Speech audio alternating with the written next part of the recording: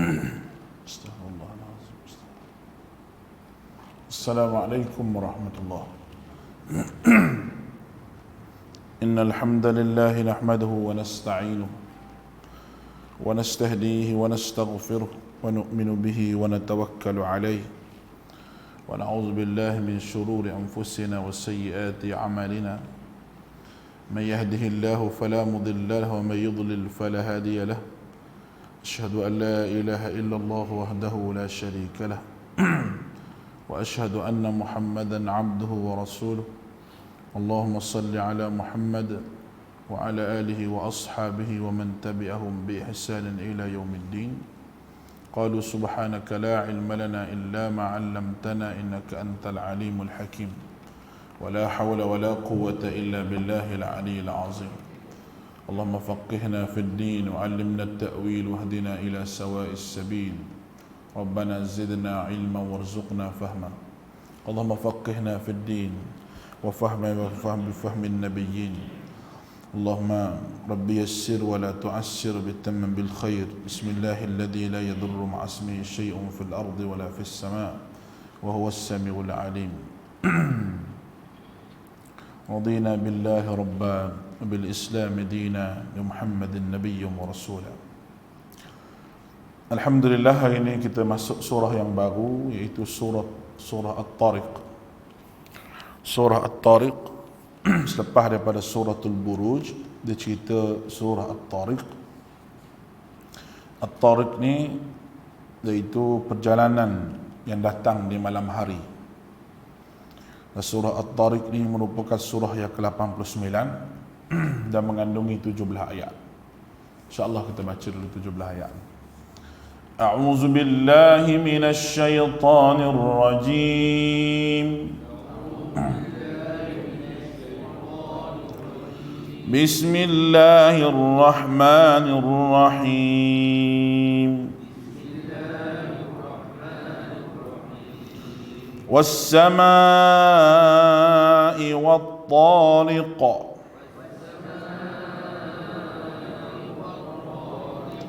وما أدراك ما الطارق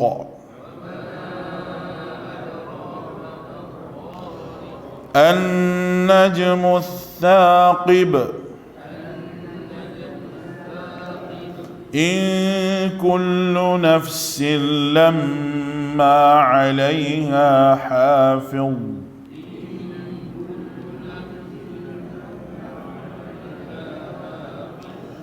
إن كل نفس لما عليها حافظ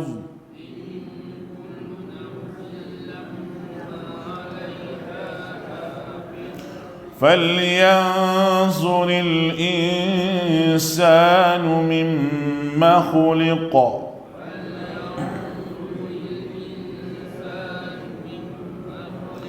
خلق من ماء دافق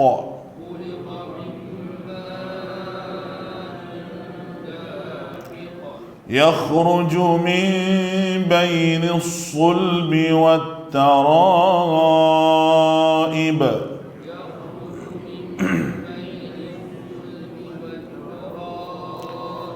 إنه على رجعه لقادر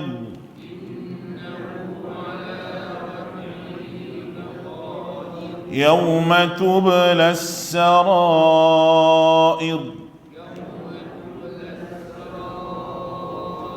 فما له من قوة ولا ناصر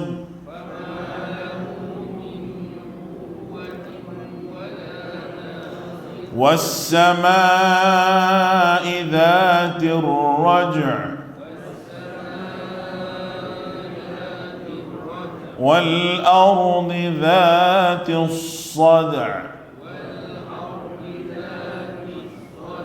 إنه لقول فصل وما هو بالهزل innahum yakiduna kaida wa akidu kaida famahhilil kafirina amhilhum ruwaida.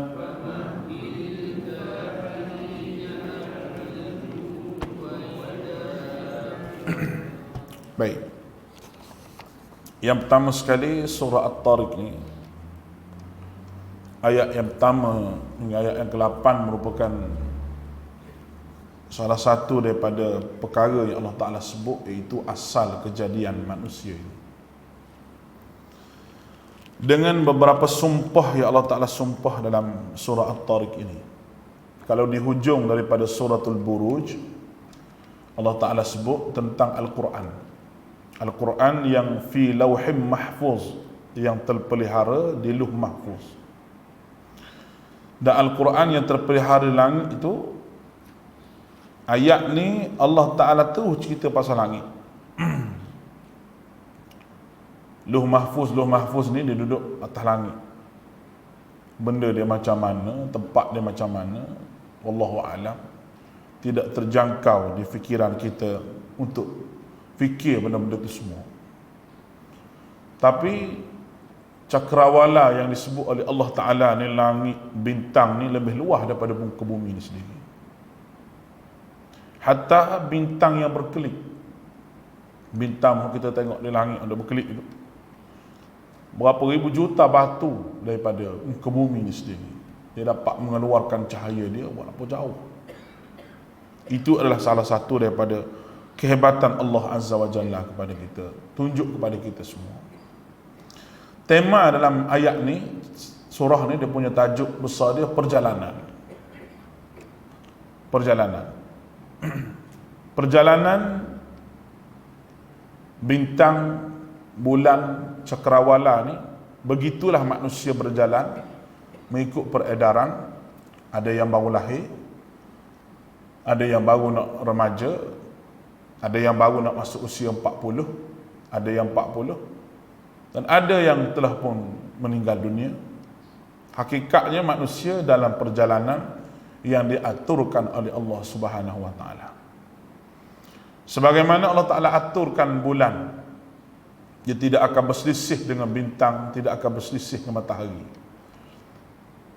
Allah Ta'ala sebut dalam Al-Quran, wa ayatul lahumul laylu naslakhu minhun nahar فَإِذَا هُمْ مُظْلِمُونَ وَالشَّمْسُ تَجْرِي لِمُسْتَقَرٍّ لَهَا ذَلِكَ تَقْدِيرُ الْعَزِيزِ الْعَلِيمِ وَالْقَمَرَ قَدَّرْنَاهُ مَنَازِلَ حَتَّى عَادَ كَالْعُرْجُونِ الْقَدِيمِ لَا الشَّمْسُ يَنبَغِي لَهَا أَنْ تُدْرِكَ الْقَمَرَ وَلَا اللَّيْلُ سَابِقُ النَّهَارِ وَكُلٌّ فِي فَلَكٍ يَسْبَحُونَ. Surah Yasin. Di antara tanda kekuasaan Allah, dia buat mari malam, dia buat mari siang, dan menutupi kegelapan waktu malam. Wasyamsu tajri mustaqarrin laha, matahari Allah Ta'ala sebut beredar pada tempatnya, bergerak pada tempatnya. Zalika taqdirul azizul alim, satu penetapan daripada Allah yang al-aziz, dan tidak ada tolak banding, al-alim, yang amat mengetahui. Wasyamsu yanbaghi laha wal qamara qaddarnahu manazil, dan bulan yang berjalan di atas manazil. Manazil ni makna rumah-rumah dia. Sekejap jadi anak bulan, sekejap jadi bulan purnama, sekejap jadi bulan separuh. Yang pentingnya, lasyamsu yanbaghi laha an tudrikal qamar wal lailu sabiqun nahar. Matahari, bulan tak boleh lintah matahari, siang tak boleh lintah waktu malam. Ni semua fi falakin yasbahun. Semua ni Allah Ta'ala kata di atas jalan yang aku tetap, jadual yang aku tetap, dan masing-masing yasbahun. Yasbahun, sibah makna berenang. Berenang ni makna terapung lah. Tak ada graviti dia panggil lah. Dia terapung. Walaupun terapung, tapi di atas falakin, di atas jalan yang aku tetap. Orang duk panggil ilmu falak, ilmu falak. Benda-benda begini ni, sahabat-sahabat dengar, Daripada peringkat awal Islam, musyrikin Mekah dengar. Takjub Nabi boleh sebut benda yang ada atas langit. Mungkin pada masa tu orang tak percaya Muhammad ni. Bukan Muhammad pernah pergi ke langit. Alat teleskop apa pun tidak ada masa tu. Tapi apabila jumpanya penemuan sains yang dikatakan sains yang hebat-hebat pada hari ini, dia bagi tahu bahawa bulan, bintang, langit, bumi apa, graviti, galaksi, rupanya betul sungguh Nabi sebut. Kalau betul Nabi sebut tu bermakna betul Nabi naik ke langit Isra' Mi'raj. Belum pada Isra' Mi'raj pun Allah Nabi tak tahu, tapi Allah Ta'ala cerita pada Nabi SAW. Cerita-cerita ni bukan cerita main-main, bukan saja nak buat sedap ayat gitu je. Sebab tu Quran ni baca bukan nak suruh apa orang panggil, bukan nak buka majlis saja baca Quran. Bagi memberkati majlis kita buka dengan Al-Quran. Berkati, ambil berkat saja Al-Quran. Ambil faham tak mahu Al-Quran, ambil berkat saja. Lepas tu yang pasang dia corong-corong masjid tu, dia duduk bising sehari dua ni, seorang perempuan duduk marah. Dia nak mengajak tuition masjid, pergi duduk pasang apa ni orang panggil mengaji sebelum masuk waktu. Cik baik perlis ni tak ada jenis itu. Kalau perlis ni ada jenis itu, terpakat luku kepala hak tu kau pasang tu lah. Tak reti. Baca Al-Quran ni bukan semua orang nak dengar bacaan dia. Nak baca dia buat apa? Belum masuk waktu, cukup dengan azan lah. Tak cukup lagi dengan Nabi ajar tu, nak tambah lagi. Orang pakat duk marah ke perempuan tu, perempuan apa dia kata, duk marah orang baca Quran je pun bukan tak mendengar, begini-begini. Dia ada kerja lain di rumah dia mengajar tuition di rumah dia. Dia ada anak murid dia hak mengajar bahasa Inggeris, matematik apa. Budak-budak nak SBM masa tu, nak speak sikit nak buat soalan ulang kaji apa. Jadi siapa yang bersalah? Orang kata perempuan tu bersalah, bukan perempuan tu bersalah. AJK masjid tu jahil. Bukan jahil saja, jahil murakkab dia panggil. Boleh faham ni? Jahil tak tahu apa, tahu mari masjid je. Orang suruh mengaji tak mau, orang duk mengajar lari balik. Tu jadi gitu tu. Sampai pagi nak suruh marah dah. Baik. Surah ni diturunkan pada peringkat ketiga kenabian. Peringkat ketiga kenabian. Iaitu antara tahun 6 hingga 10 kenabian. Tahun 6 hingga 10 kenabian. Dia ada peringkat awal kenabian, peringkat kedua kenabian. Lepas pada peristiwa Isra' Mi'raj, Nabi bercakap soal akhirat. Lepas tu ada peringkat tiga, satu lagi, peringkat yang keempat, Nabi berhijrah di Madinah. Yang seterusnya itu masa Nabi nak wafat dah. Itu semua perkataan-perkataan dah fokus percakapan Nabi itu semua berbeza. Ini kalau kita mengaji lah. Baik, kita tengok ayat yang pertama. Surah ni kalau kita boleh bagi pada empat perenggan. Ayat yang pertama hari ni, ayat nombor 1 hingga 4, itu merupakan tajuk yang pertama. Allah Subhanahu Wa Taala beritahu setiap manusia ni ada malaikat yang menjaganya. Auzubillahi minasyaitonir rajim. Bismillahirrahmanirrahim. Was-samaa'i wat-tariq, demi langit yang datang pada malam hari. Baik. Ni kita perlu faham dengan betul-betul makna at-tariq itu sendiri. Yang pertama, Allah Ta'ala bersumpah. Sumpah dengan apa? Demi langit dan at-tariq. Sumpah ni, bagaimana saya sebut sebelum ni, style Allah Ta'ala cakap. Dia buat mari bersumpah dengan barang yang dia buat. Dia buat mari bersumpah dengan apa ni, yang apa, bulannya, bintangnya, dengan langitnya. Ini sumpah Allah Ta'ala. Dia boleh bersumpah apa sahaja dengan apa yang telah pun dia buat. Itu adalah ilmu Allah Subhanahu Wa Taala. Apabila kalimah langit digunakan, dia merangkumi semua langit. Dua perkataan kalau kita tengok dalam Quran. As-sama'u, langit saja. As-samawatu, maknanya langit yang ada 7. Langit yang ada 7. Sebab langit ni 7 dia. Sab'a samawat. Sab'a samawat. Tapi kalau Allah Ta'ala sebut langit sahaja, bukan bermakna satu langit, tapi dia merangkumi semua yang ada di langit. Maka perkataan as-sama'u, walaupun dia single, walaupun dia singular, tapi dia merujuk kepada banyak. As-samawatu, walaupun dia jamak, dia plural, tapi menunjuk pada langit yang 7 sahaja. Kalau dari segi besarnya, besar lagi as-sama'u, walaupun dia satu. Faham ke tak? Pagi-pagi ni dah? Baik, saya ulang sekali lagi. As-sama'u, asa maknanya satu langit, tapi bukan satu je, maknanya langit semua, termasuk apa yang ada di atasnya, apa yang duduk di sana, semua. Tapi kalau sebut as-samawatu, dia banyak tu, tapi dia tak menuju pada banyak langit tadi, dia tuju kepada langit yang 7 sahaja.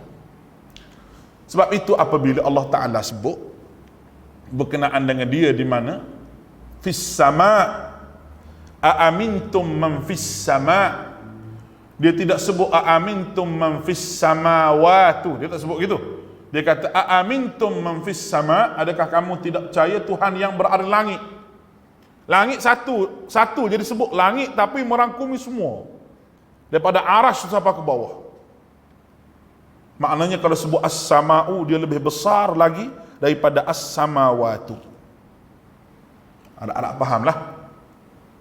Sebab dia ada perbahasan sikit dari segi kaedah menggunakan perkataan. Baik. Apabila as-sama'u ni Allah Ta'ala fokus pada satu benda pun ada juga. Contoh Tuhan kata, walaqad zayyana as-sama'ad dunya. Aku hias langit dunia. Bermakna langit dunia tu luas. As-sama'u ni kalau nak tengok dari segi sudut bahasa dia, benda yang tidak ada hujungnya. Benda macam mana tak ada hujung. Semua benda atas muka dunia ni ada mula, ada hujung. Ada ibtida, Arab kata, wa mutaakhir. Ada yang awal, ibtida, ada permulaan, dan ada yang akhir. Semua perkara. Sini mula, sini hujung. Sini mula, sini hujung. Nampak ni? Sini daripada hujung rambut sampai hujung kaki. Tapi langit tak tahu hujung. Langit selangit langit. Pergi di Brazil pun langit tu lah. Pergi di Bangkok pun langit tu lah. Pergi di mana atas muka dunia ni pun, ke Mekah mana pun langit tu. Retak pun tak ada, sengit pun tak ada. Tak ada, retak pun tak ada. Sengit pun tak ada juga. Kalau nak tengok langit ni sengit lah, tak ada. Kalau langit ni projek kerajaan, lama dah runtuh. Dah, kalau projek kerajaan lah kita kata, runtuh lama dah. Tapi tak ada runtuh. Tak ada runtuh langit. Skru dia tu kemah Allah Ta'ala buat. Yang pelik laginya, bighairi amadin tarawunaha. Ini lagi pelik tu Allah tak sebut. Langit yang tidak ada tiang.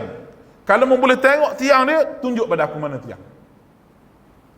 Kaedah binaan atas ni dia kena ada tiang. Dia kena ada tiang, ada rangka dia, sebagaimana tengok masjid kita ni, walaupun tak ada tiang tapi ada rangka dia. Tiangnya letak di tepi-tepi. Tu pasti kena ada dalam binaan. Asas nak naik bumbung ni, takkan bumbung tak ada tiang. Kita nak gantung ke atas, nak gantung di mana? Tak ada skru atas tu. Tapi Allah Ta'ala boleh buat. Di atas kepala kita ni, dengan tak ada tiang apa sekalipun, Tuhan boleh buat. Allahu Akbar, subhanallah. Hebatnya Allah Ta'ala. Jadi selagi mana kita nampak bintang tu, selagi mana duduk di langit situ, dari bintang ni duduk di mana pun kita nampak. Maknanya luahnya langit tu sendiri. Baik.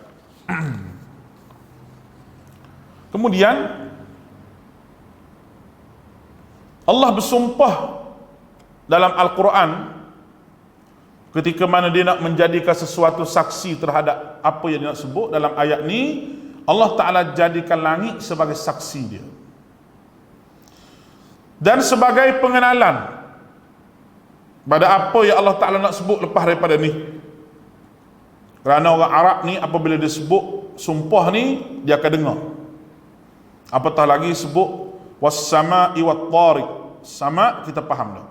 At-tariq ni asal daripada perkataan taraqa ni maknanya bermaksud pukulan. Pukulan kepada jalan. Macam mana tu? Kerana jalan dalam bahasa Arab ni dia kata tariqun. Tariqun al-jannah, jalan ke syurga.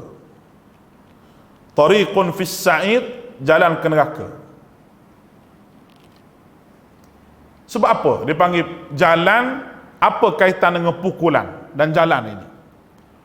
Asal makna dia pukul, tapi macam mana dia boleh pergi ke jalan? Baik. Nak jadikan satu jalan ni, dia kena hari-hari orang lalu, hari-hari binatang lalu, hari-hari lalu. Kaki kita yang menghentakkan bumi itu, dia jadi lorong, dia jadi jalan. Itu orang panggil at-tariq. Itu orang panggil at-tariq. Sebab tu jalan dalam bahasa Arab dia panggil tariqun, kerana ada je binatang hentak kaki, manusia yang hentak kaki. Kalau kita berjalan tu kita hentak kaki, kita berjalan. Seorang berjalan, nampak garisan jalan dia tu. Macam tuan-tuan lalu kot pasir-pasir apa, ada tanah pasir, ada rumput. Hari-hari duduk lalu dengan motor situ, nampak tayar motor tu. Hari-hari duduk lalu dengan kereta, nampak dua tayar kereta. Tu dia panggil tariqun. Tu dia panggil tariqun. Tu yang pertama.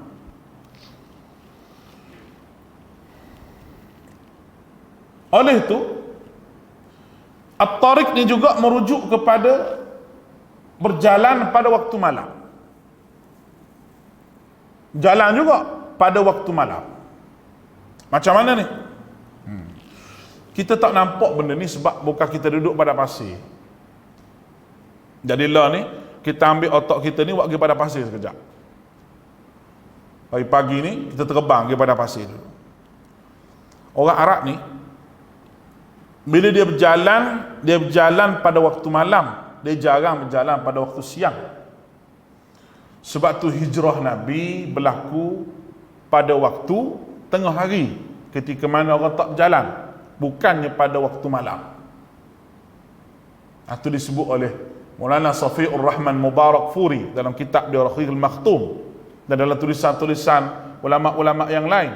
Mereka lebih cenderung kata Nabi SAW berhijrah pada waktu tengah hari, ketika mana orang tidak ada dalam masyarakat Arab ni, musim panas tengah hari, minta maaf dia tak keluar. Kita di Perlis ni lebih kurang juga panas dah. Tengah hari nak pergi kangak tu, ya Allah, tak pergi. Kalau saya tak pergi dah. Kalau pergi pun bawa seorang lagi, mudutlah kereta, aircon tak mati dah, panas. Tak apalah, kita pergi beli sekejap, seorang tunggu dalam kereta. Sebab panas udara, tak boleh tahan dengan panas. Dia lagi panas. Nak berjalan di gurun Sahara ni, kawasan gurun padang pasir ni, lagi panas. Lalu dia berjalan pada waktu malam. Jalan pada waktu malam. At-tariq ni merujuk kepada berjalan pada waktu malam, kerana agak sejuk. Kerana pada siang hari cuaca panas, mereka pun pilih jalan pada waktu malam. Baik. Bila dia berjalan pada waktu malam, at-tariq ni, kabilah ataupun orang yang berjalan pada waktu malam, dia panggil at-tariq. Dia akan mengetuk pintu rumah orang. Untuk apa? Untuk dia cari perlindungan. Untuk dia cari perlindungan. Jadi mengetuk pintu pada waktu malam untuk berteduh tu dia panggil at-tariq. Dia panggil at-tariq dia panggil. Mungkin agak susah kita nak faham perkataan, tapi saya cuba juga untuk bagi faham tuan-tuan semua. Sebab kita ni orang yang berjalan tak sama dengan orang Arab berjalan. Sebab itulah besarnya pahala orang yang bagi apa orang panggil tempat. Ketika mana orang musafir, dia bagi tempat untuk berlindung sehari dua sebelum meneruskan perjalanan. Besar pahala dia. Bagaimana sebutlah hadis Nabi kita Muhammad sallallahu alaihi wasallam. Jadi daripada jalan, bintang, malam hari, ketukan, pukulan, semua tu ada kaitan. Ada kata at-tariq makna bintang. Ada kata at-tariq makna jalan. Ada kata at-tariq maknanya orang yang mengetuk pintu pada waktu malam. Semua ni ada tafsiran daripada ulama tafsir. Kalau kita nak tafsir dengan ketuk pintu pada waktu malam, seolah-olah malam ni Tuhan ketuk pintu kita supaya bangun sujud pada dia. Kalau nak kata at-tariq ni sebagai perjalanan, Allah Ta'ala yang memendekkan dan memanjangkan perjalanan. Kalau nak kata at-tariq ni sebagai bintang, Allah Ta'ala buat semua tu untuk manusia ambil pedoman supaya manusia boleh berlayar di tengah malam ataupun berjalan di padang pasir yang tidak ada petunjuk dan juga di atas lautan yang tidak ada daratan dia. Maksudnya semua hak kita sebut tadi adalah benda yang boleh dipakai dalam penafsiran Al-Quran ini. Baik. Saya cuba lagi cari makna lain. At-tariq ni makna lain. Kita nampak hak sesuainya 2, 3, 4 tu. Hak saya jumpanya lebih kurang dalam 20-30 makna juga. Tapi kalau sebut hak tu habis pening hari ni. Jadi kita sebut 5 sudahlah. Sebut 5 sudah, nak banyak lagi kena pergi di rumah lah tu. Kita sebut hak saya jumpanya adalah banyak makna tariq ni dihuraikan oleh ulama dalam bermacam-macam tafsir. Hak saya sempat rujuk semalam ni, balik kuliah tu sejak belum tidur tu, ada dalam sebelah ada 12 biji tafsir jugalah yang kita tengok apa penafsiran ulama berkenaan dengan ni. Ulama tafsir tu dia sebut apa, tapi ulama ni dia bijak sungguh, dia hebat. Dia boleh tafsir dengan begitu detail dengan pendapat masing-masing dan tanpa ada percanggahan yang banyak sangat di kalangan mereka. Baik, oleh kerana at-tariq itu apa dia, manusia pun tertanya-tanya, dan sebelum pada tu mungkin kita tak pernah dengar at-tariq itu. Maka Allah Ta'ala kata, wa ma adraka mat-tariq. Ni, tahukah kamu apa yang datang pada malam hari itu? Was-sama'i wat-tariq. Wa ma adraka mat-tariq. Apakah yang boleh menyebabkan kamu tahu makna at-tariq itu makna apa? Hak kita sebut tadi makna banyak. At-tariq begini. Tapi Allah Ta'ala tengok kita, kamu tahu ke tidak apa dia rahsia at-tariq ni? Ayat nombor 3. Sekarang Allah Ta'ala beritahu apa benda at-tariq itu. Bila Allah Ta'ala beritahu benda at-tariq tu, kita pakai hak Allah lah. Apa dia? An-najmu thaqib, iaitu bintang yang cahayanya menembus. Kalimah an-najmu ni maksud bintang. Baik, dalam ayat ni Allah beritahu sifat bintang at-tariq yang disebut, iaitu bintang tu sifat al-thaqib. Thaqib maknanya cahaya api yang amat terang, cahaya ataupun api yang begitu terang.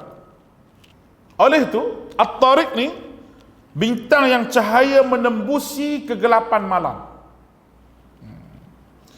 Malam ni Allah Ta'ala bayangkan sebagai az-zulumat, gelap gelita. Kalau tak ada lampu ni kita tak boleh nak duduk malam ni. Nak suluh apa?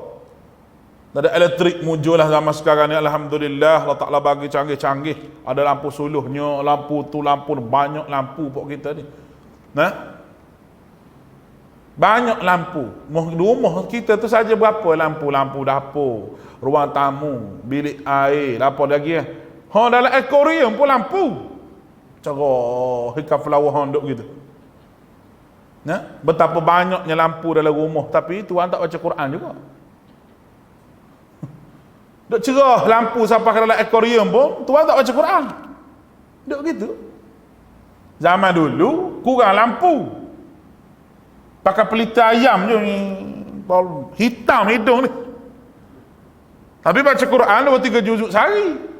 Zaman sekarang lampu banyak. Dalam garah kereta pun ada 2. Dalam akuarium tadi pun ada 2. Tapi baca Quran tak apa, sejuzuk satu malam. Duk baca 2-3 ayat gitu sampai mati. Sedih sungguh. Baik. Jadi berkenaan dengan perjalanan yang saya sebut tadi, tajuk kepada surah itu perjalanan cahaya bintang itu sendirilah. Perjalanan cahaya bintang, kerana bintang itu telah berjalan begitu jauh untuk sampai kepada kita. Boleh tanya ahli-ahli astronomi, betul tidak betul?